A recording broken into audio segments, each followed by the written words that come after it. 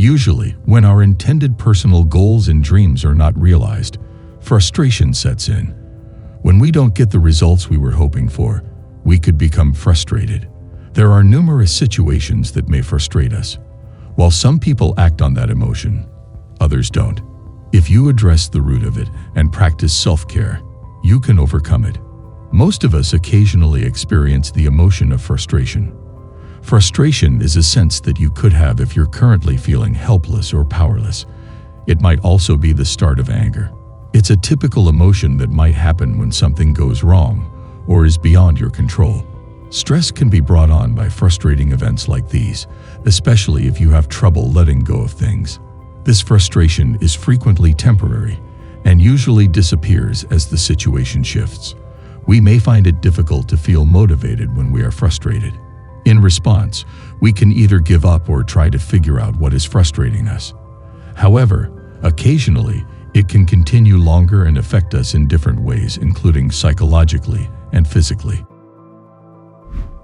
In this video, we are going to present you with 7 powerful ways to deal with frustration, so you could release some of your pent-up negative energy and minimize the impact of frustration in your life. Number 1. Do some meditation. Realizing how frustrated you are is the first step in overcoming it. It's not always simple to identify when frustration is starting to build. We may lash out at loved ones without realizing that we were frustrated inside. Meditation is a helpful technique for improving frustration awareness. It helps you become more aware of your body's moods and sensations. In this way, you may control your frustration for the people you care about when you sense it rising inside of you. Being more self-aware in the present moment is one of the advantages of meditation. Meditation may be beneficial to you if you frequently have outbursts of anger or anger management issues. We can survive with a little bit of frustration or anger from close friends or family. It's important to meditate for at least 10 minutes each day.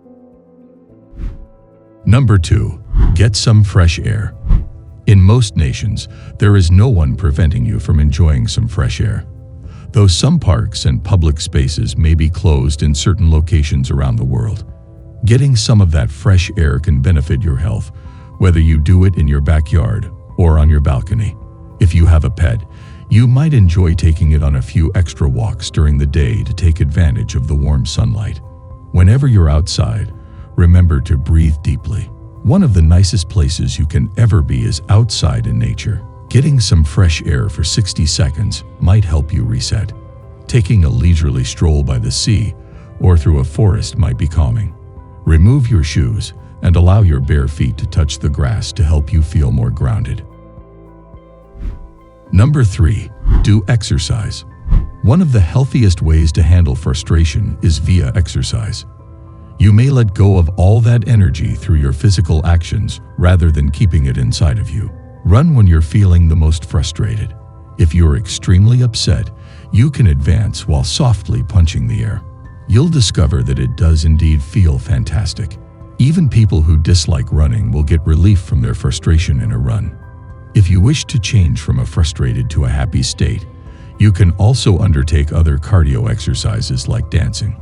And if you've truly bottled up a lot of frustration, weightlifting could be able to help. Every time you raise your weight, you can grunt. And in each of these situations, you're strengthening your physical health and finding stronger ways to cope with frustration. Number 4. Practice nonviolent communication. To practice nonviolent communication, focus on observations, feelings, needs, and requests. Start by listing the straightforward facts that prompted you to feel the need to speak up. Identify the feeling that the observation has brought to mind in you. If you've ever been frustrated and said something you shouldn't have, raise your hand. When we are frustrated, we occasionally lash out at the people we care about. However, vocally abusing someone simply makes the issue worse rather than solving it.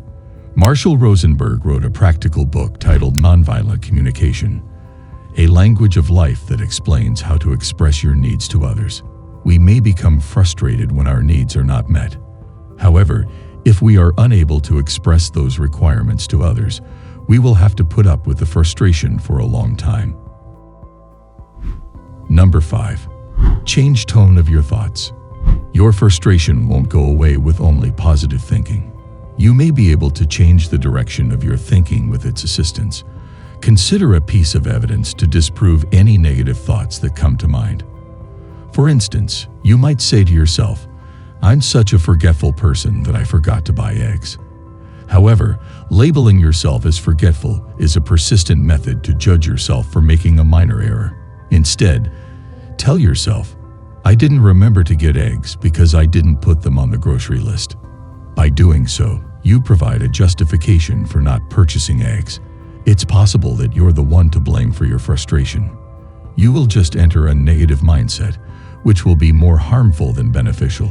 Instead of continually criticizing yourself, accept that and try to find solutions. Number 6.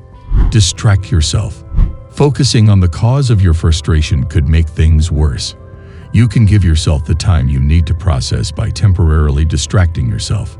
Pick an activity that you enjoy. But it's important to prevent letting distraction turn into a routine of avoidance. People who take action when they are frustrated are different from those who ponder on their feelings. People who concentrate on their ideas have a tendency to turn a simple issue into an impossibility. And those who act usually do so by distracting their attention before moving on. It's crucial to switch gears and focus on something else. Avoid talking to a friend about your issue over the phone, as this could make the rumination worse. You need someone who will assist you in letting go of your frustration, not someone who will agree with you. Number 7. Keep a mindfulness journal. Sometimes when you're feeling frustrated, you just want to let all of your frustrations out. However, the issue is that once the words are spoken, they remain spoken.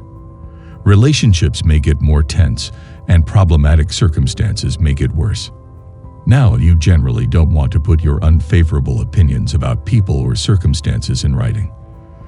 Others may find paper and unintentionally read it.